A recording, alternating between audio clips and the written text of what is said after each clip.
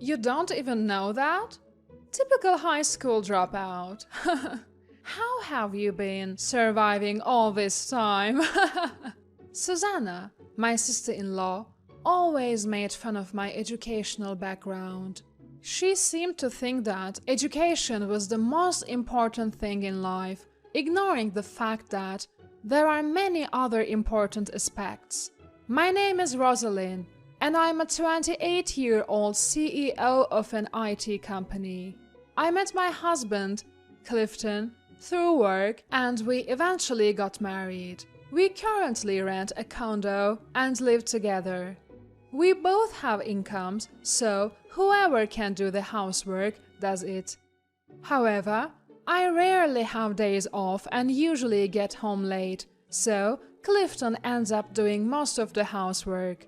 Despite his own busy schedule, he never complains and takes care of everything. He never gets mad at me for focusing on my job and always encourages me, saying, "I'm rooting for you." I felt blessed to be married to someone like Clifton. Life with Clifton was comfortable and peaceful.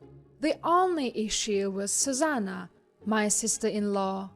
When I first met her after getting engaged to Clifton, I greeted her, "Nice to meet you, Susanna. I'm Rosalind. Looking forward to getting to know you." Her immediate response was, "What's your highest level of education?" I was taken aback. Was that really the first thing to ask? I was annoyed but didn't want to make a scene at our first meeting, so I answered honestly. I dropped out. Upon hearing this, Susanna burst into laughter. "A dropout?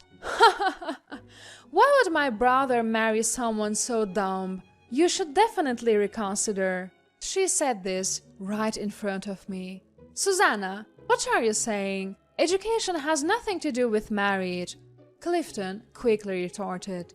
"We are an elite family, you know. It's unacceptable for the eldest son's wife to be dumb. Maybe you should rethink this, bro, huh?" It was true.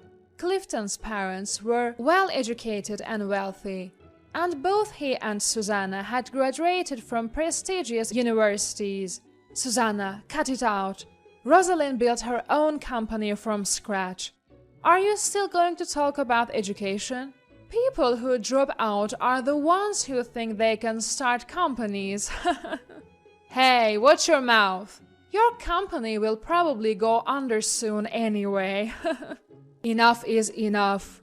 Clifton was getting really angry on my behalf. I was so furious, but I didn't want to cause a sibling fight, so I stopped Clifton.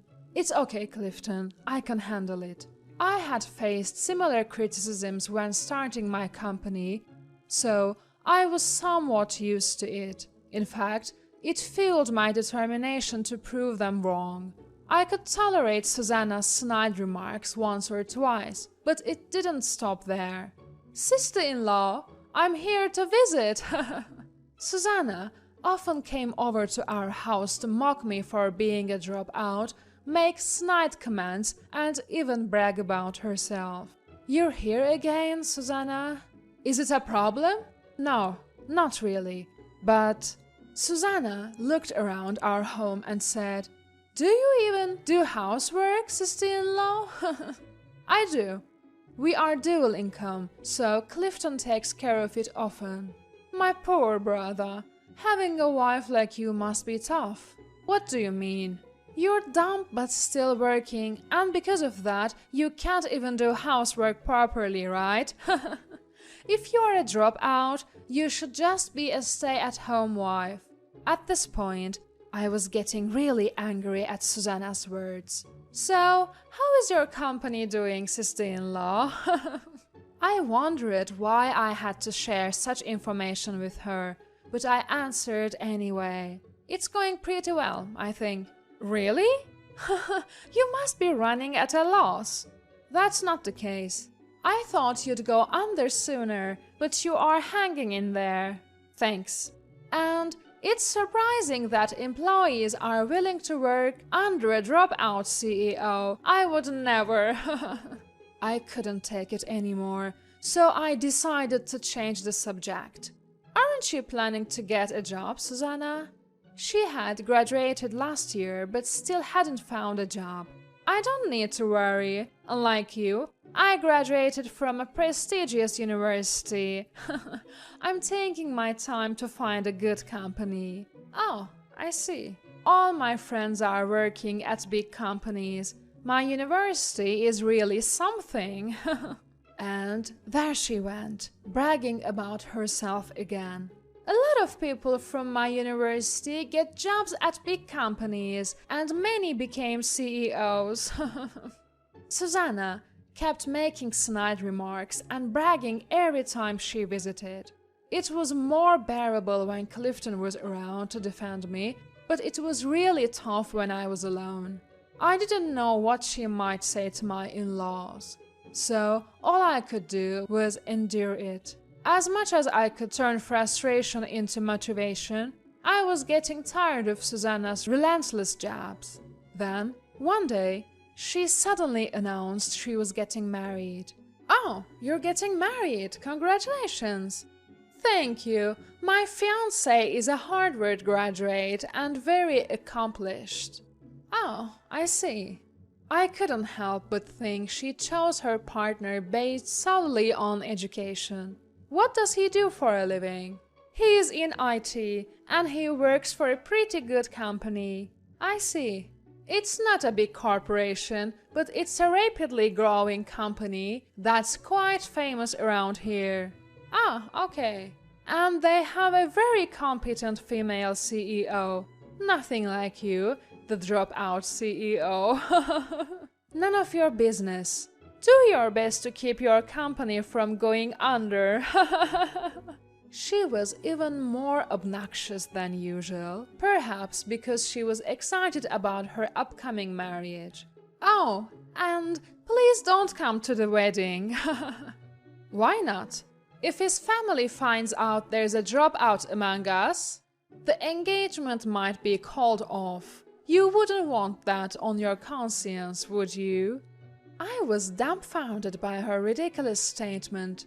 Why would your engagement be called off just because I'm a dropout? That's absurd. I don't know. I just want to eliminate any risk factors, so please don't come.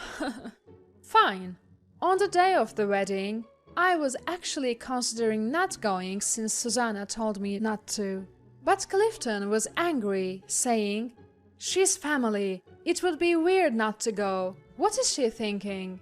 So I decided to attend Susanna's wedding. However, when I arrived at the venue, she rushed over to me, saying, "Why are you here, sister-in-law? You weren't invited. Please leave immediately." Susanna ran up to me and tried to kick me out.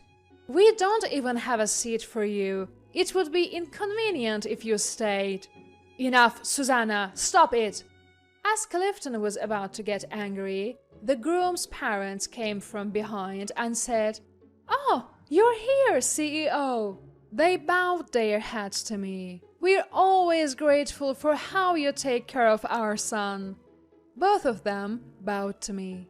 No, the pleasure is mine. Congratulations on this occasion." Susanna looked stunned at the exchange between me and the groom's parents.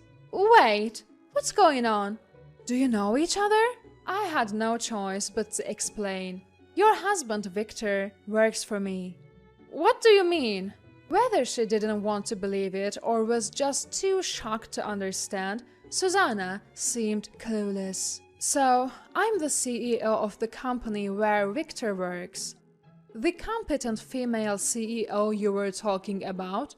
That's me." "What? No way!" Finally, grasping the situation, Susanna was visibly flustered. "That's a lie! There's no way!" "It's not a lie. Victor told me about the engagement recently. It's a small world." "I don't believe you." Susanna didn't want to accept this fact and stubbornly refused to believe it. Just then, Victor arrived. "What's going on?" He seemed to have rushed over, sensing some sort of commotion. "Nothing, it's fine. I decided to brush it off, not wanting to make a scene. Anyway, thank you for coming, boss. Victor bowed deeply to me. Of course, I am happy to attend your wedding, Victor. That's it. Hearing Victor call me boss, Susanna finally seemed to believe it. She was at a loss for words. Your seat is prepared over there, boss. Thank you. It turned out Victor had prepared a seat for me, even though Susanna hadn't. I wasn't invited by you, but I was by Victor. For the rest of the wedding, Susanna's face was tense. She even tripped while walking down the aisle, making for an awkward scene. Victor was also upset with her, saying, "What's gotten into you today?" I couldn't help but laugh at Susanna's sudden change in attitude. "I'm sorry for the terrible things I've said before, but I've always thought you were amazing, sister-in-law." I could only respond with a wry smile. "Is that so? You are a CEO while balancing work and home life. That's incredible." "Ah, thank you. You've built a successful company despite being a dropout."